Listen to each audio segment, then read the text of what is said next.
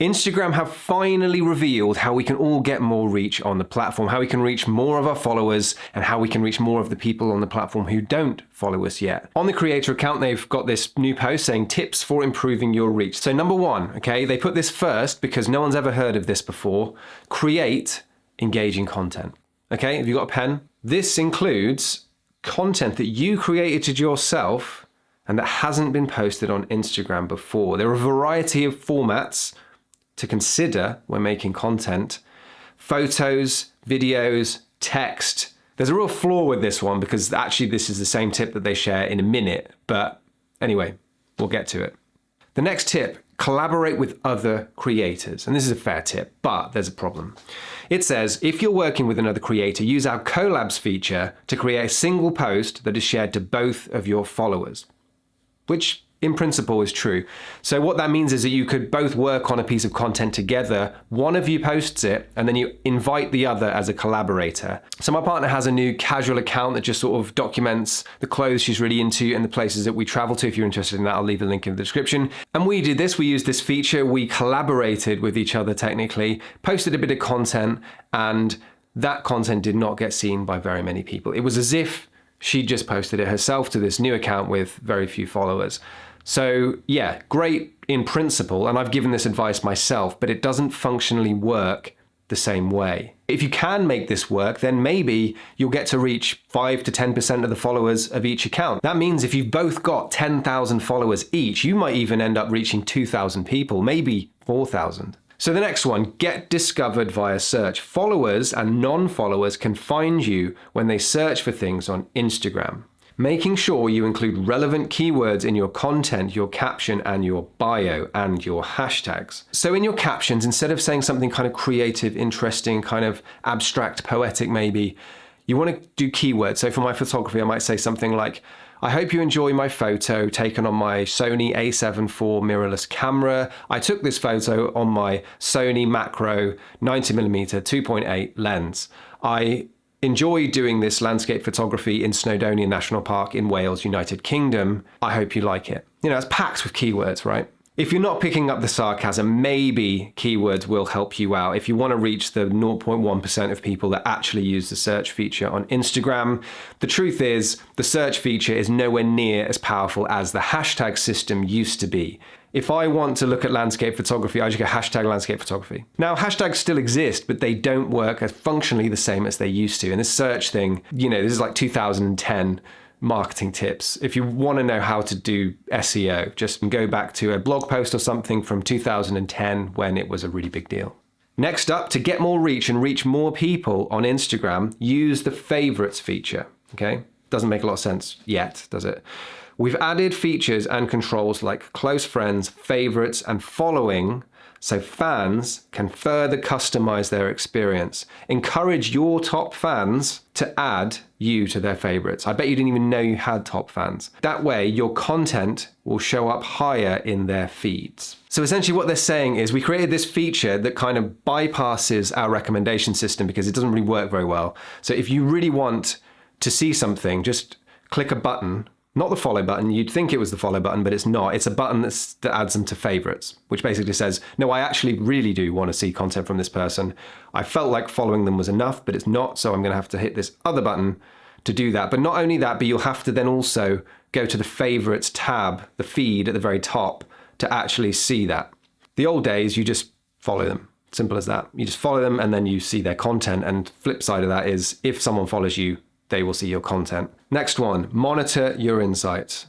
Check your insights to monitor trends and content performance. Within insights, you can break down accounts reached by followers and non-followers so you can see how much of your reach is coming from people who don't already follow you. And track that over time by changing the time frame selected. They're telling you how to use the feature, not why you should use the feature. Look for patterns and keep tabs on which pieces of content are getting more reach to help inform your content strategy. Finally, we've got a really good tip. This actually is something that you should do.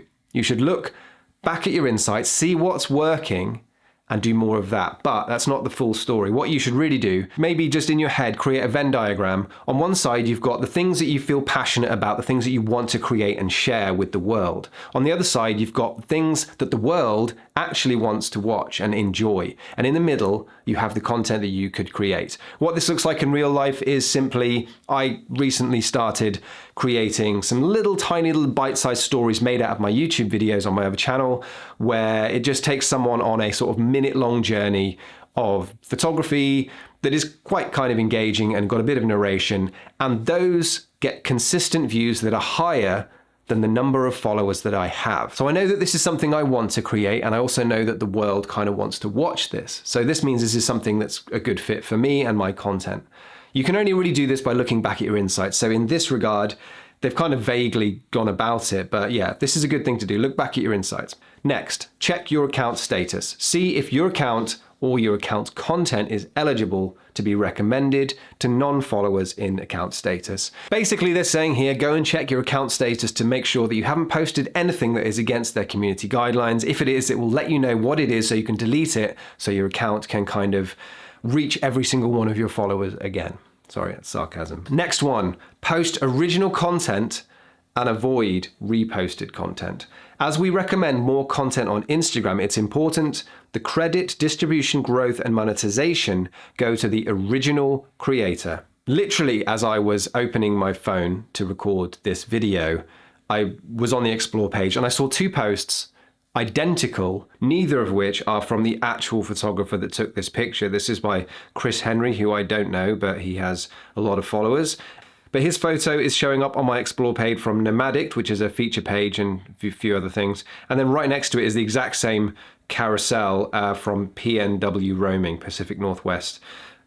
Feature page, presumably. Yeah, so maybe Instagram need to fix that first before they start telling us what we can do to improve reach. And it's notable what they didn't include on this list. For example, they didn't talk about hashtags in a big way. Hashtags used to be a really powerful way of reaching new people in a very quick and clean and targeted way. And there was all sorts of different ways that you could kind of use that system to reach new people as well. There was also no mention of their feature guides, which I really liked, but that shows that that is clearly dead. Guides would have been amazing to solve the problem of these kind of feature accounts featuring other people's posts, because it directly links to their content. So if they want to solve the problem of giving credit to the original content creator, build that system into everything else. I don't know why they aren't. There is also no mention of locations, which is really powerful for location-based accounts, maybe like a shop or hairdressers or a restaurant or something like that. There's no mention of their location system, even though they recently kind of overhauled it and made it more featureful. The fact that they don't mention that in a way to get more reach and reach new people in a specific targeted way shows they don't see any value in the location system on Instagram. It seems like an obvious one to me. And the most amazing thing is what the Instagram users actually think about it. Here, this comment, how about showing the posts to the people that already follow my account? Fix your algorithms. Can you make it so that my followers can see my posts? None of this is helpful or new. That's most concise. That could have been this video. Would love it if more than 10% of my followers even saw my posts. And then this comment here, how about you show content to our followers? If you are someone that is putting a lot of work into your social media posts and you don't feel like your followers are actually getting to see it, these comments prove that you are not alone, and it is not a problem with you, your content, or any way that you're expressing yourself. It is simply Instagram is broken. We all know that. It baffles me how Instagram could take a platform that was so clear and simple, enjoyable, and worked, and just totally break it. Connecting with people on the internet is much more nuanced than using some of these vague new features that Instagram have given us over the last year or two. If you want to know how to reach people on the internet, how to communicate with people in a very human and natural way, I've got loads of videos on that, so check out this one next. But most importantly, enjoy expressing yourself online and don't overthink it. I will see you in the next one.